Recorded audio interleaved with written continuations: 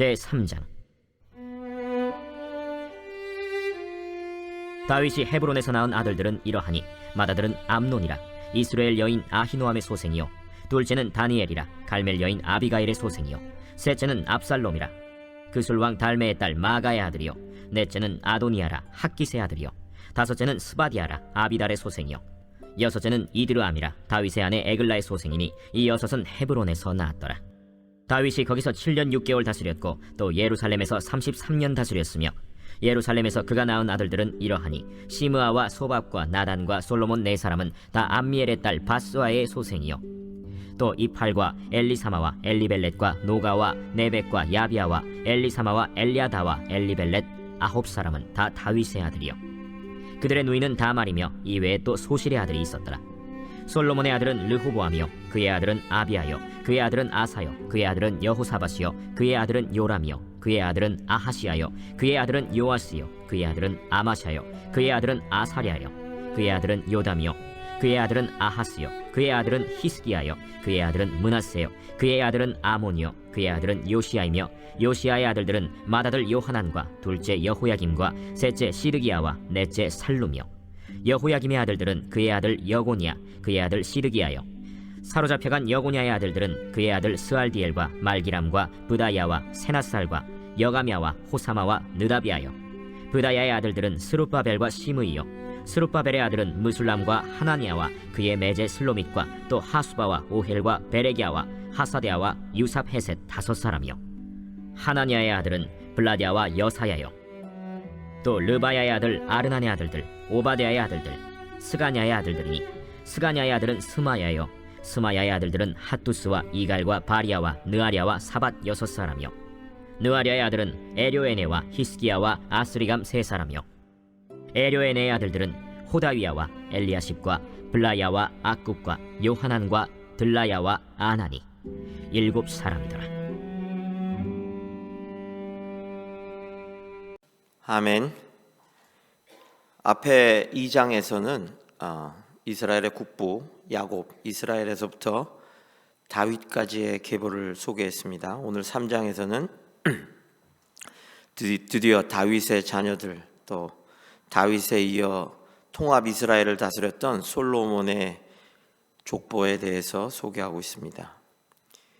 이 계보는 자세히 보시면 이스라엘이 바벨론에 멸망하고 나서 예루살렘으로 1차 포로 귀환할 때 포로들을 인솔했던 사람이 수룹바벨인데, 그 수룹바벨과 그의 자손들까지로 이어지는 것을 볼 수 있습니다. 아시다시피 수룹바벨은 무너진 예루살렘 성전을 재건할 때, 또 성전과 성곽 중수 사업을 할 때 총괄했던 사람입니다. 지난 화요일 역대상의 개괄에서 말씀드린 것처럼 역대서가 제사장적 관점에서 기록된 것으로 성전 건축, 성전 재건이라는 것에 굉장히 큰 관심을 가지고 집중했다는 것을 알 수 있는 대목입니다. 그래서 본서에서 저자 에스라는 다윗, 솔로몬, 그리고 그 이후에 수룹바벨의 시대로 그 역사를 바라보고 있는 것 같습니다. 보통 우리는 다윗의 시대를 BC 1000년 정도라고 봅니다. 아브라함 BC 2000년, 모세 1500년, 다윗을 BC 1000년이라고 보고, 수룹바벨의 시대를 약 BC 400년 언저리로 본다면 본문 3장의 계보는 약 600년 동안의 계보가 되겠습니다. 이스라엘 민족을 이끌었던, 하나님의 뜻을 따랐던 그 계보라고 볼 수가 있습니다.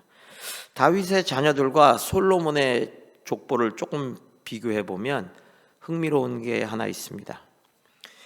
다윗의 족보에는 다윗의 아들뿐만 아니라 각각 아내들에 대한 설명도 자세하게 나와 있습니다. 그런데 여기에는 자세히 안 나와 있지만 여러분들도 아시다시피 아이러니하게 다윗이 나중에 예루살렘으로 와서 솔로몬 이후에 나온 왕들의 아들들의 이름이 쭉 나오지 않습니까? 그 많은 아들들은, 나중에 난 아들들은 대부분 이방 여인들로부터 난 아들들입니다. 우리가 그렇게 자랑스럽게 생각하는 다윗도 이방 여인들과 많은 첩관계를 가진 사람입니다.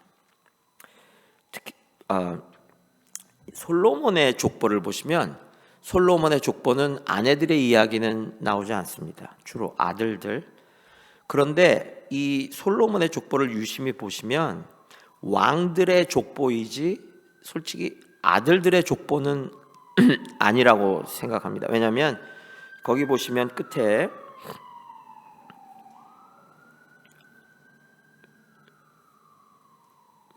무슨 일이 있나 보네요. 끝에 이제 여호와긴 시드기야 얘기가 나올 때 시드기야는 사실 여호와긴의 아들이 아니지 않습니까? 그렇기 때문에 아들에 대한 족보가 아니고 왕에 대한 족보거든요. 멸망하기 전까지.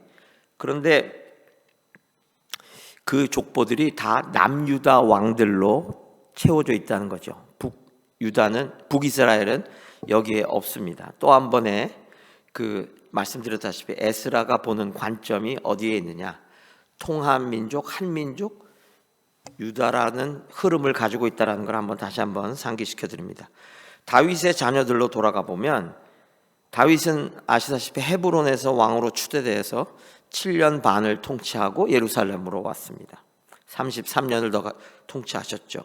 다윗은 헤브론에서 첫 번째 부인이 사울의 딸 미갈입니다. 미갈이 하나님으로부터 진노를 받고 아들을 출산하지 못했지만 나머지 6 아들을 두었는데 그 6 아들이 어머니가 다 다릅니다.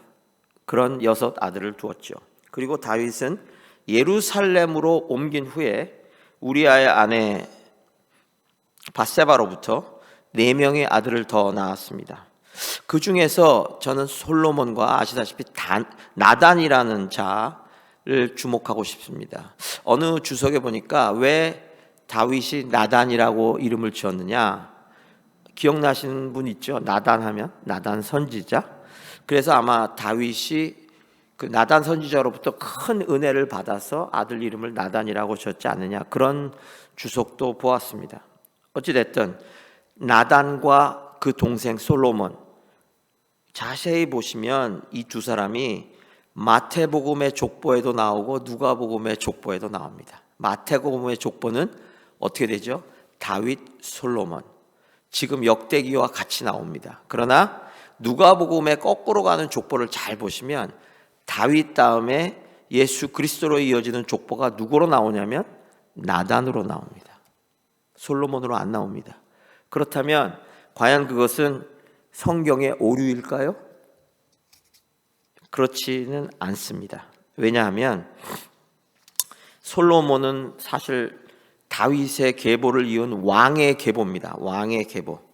예수 그리스도를 다시 오실 메사야로 언급한 마태복음은 메사야 예수 그리스도 아닙니까? 유대 기독교인들한테 강력한 메시지를 보냈죠. 그런 측에서 살펴보면 다윗 솔로몬의 계보가 중요하고, 그래서 거기서부터 예수 그리스도의 육체의 아버지 요셉으로 이어진다고 설명하고 있습니다. 반면에 누가복음의 관점은 어떤 관점이었을까요? 우리와 같은 인간 예수, 인자라고 많이 말씀하시죠. 인자 예수를 조명하면서 솔로몬이 아니라 아주 솔로몬보다 평범했던 아들, 또 하나의 아들 나단을 소개하면서 그 나단으로부터 예수님이 오셨다. 마리아를 통해서, 나단으로 해서 마리아를 통한 계보를 설명하고 있습니다. 북의 모계죠. 그것이 불과하지 잘못된 것은 아닙니다. 그러니까 성경의 저자가 보는 관점에 따라서 어떻게 이해할 수 있느냐. 비록 우리가 흔히 생각할 때 족보, 그러면 굉장히 중요하고 토시 하나 안 틀려야 될 것 같은데, 여러분들이 지금까지도 읽으시고 앞으로도 읽으시겠지만 족보가, 여기 지금 기록되어 있는 족보는 사실은 그렇게 아주 정확하지는 않습니다.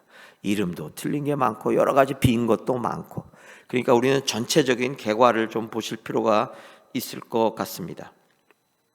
자, 흥미로운 것 중에 하나를 제가 말씀드리겠는데요. 5절 아마 아시겠지만 5절을 제가 잠시 다시 읽어드립니다. 예루살렘에서 그가 낳은 아들들은 이러하니 시므아와 소밥과 나단과 솔로몬 네 사람은 다 암미엘의 딸 밧수아의 소생이요 라고 되어 있습니다. 근데 제가 아까 소개할 때 뭐라고 말씀드렸죠? 우리아의 아내 밧세바로부터 낳은 자식이라고 얘기했죠. 그런데 에스라는 어떻게 지금 설명합니까? 암미엘의 소생 밧수아라 이렇게 되어 있습니다.